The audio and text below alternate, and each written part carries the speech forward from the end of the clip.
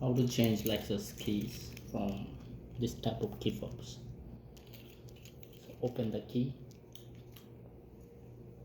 rotate the key like this, insert it in between, and then twist.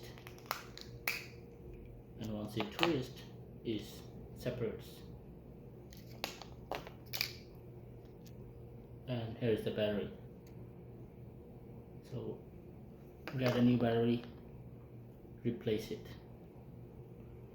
Once the battery replaced, place it right here in the circle where the Lexus logo is. The circle, the battery goes here. And once it's done, make sure the keys, the buttons are fully inserted. Once you're satisfied with it, go with it.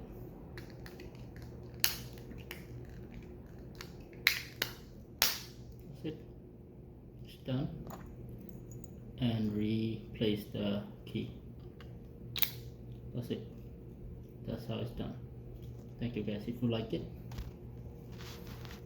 leave a comment, likes.